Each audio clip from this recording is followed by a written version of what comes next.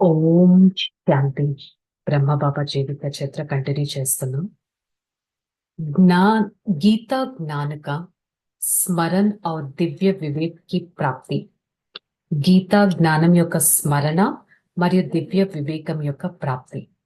अब दादा के अंदर ही अंदर ऐसा अनुभव हुआ जैसे भगवान अव्यक्त अथवा गुप्त रूप में उन्हें गीता ज्ञान दे रहे हैं.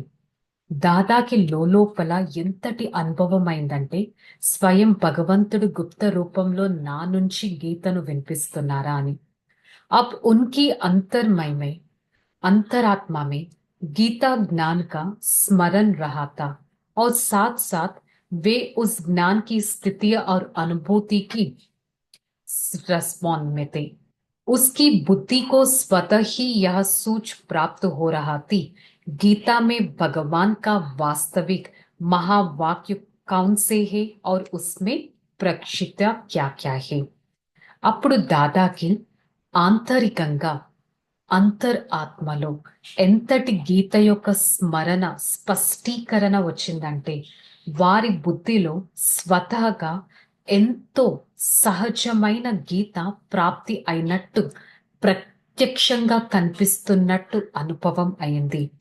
गोया अब उन्हें दिव्य विवेक की प्राप्ति हुई और उस सत्यता उसका विश्वास और जुड़ा हुआ.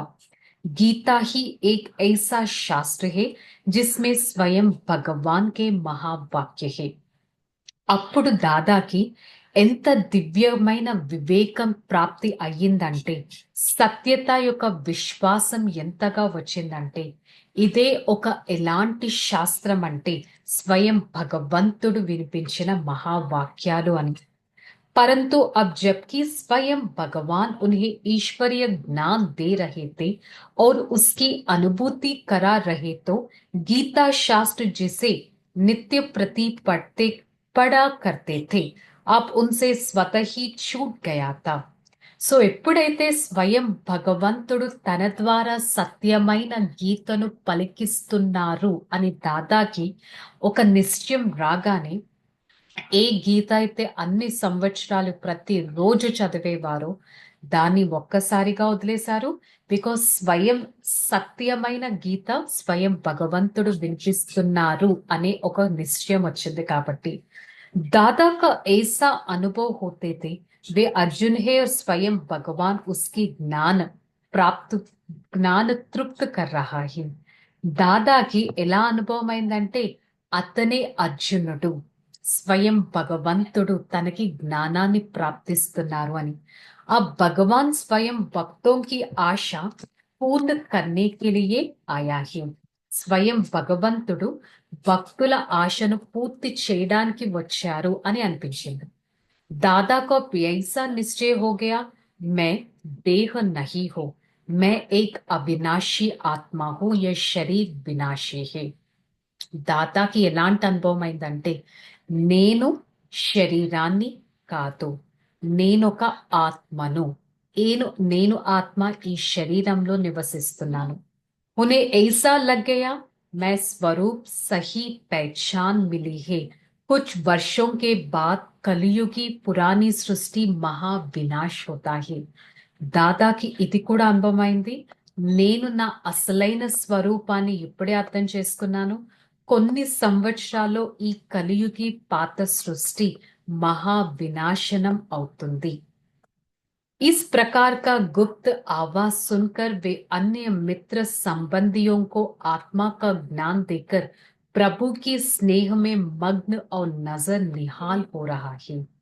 ఈ విధంగా ప్రతి ఒక్క ఆత్మకి భగవంతుడి పరిచయాన్ని ఇచ్చి ప్రతి ఒక్కరితో స్నేహపూర్వకంగా వారి దృష్టి కూడా ఎంతో అతీతంగా అయిపోతుంది.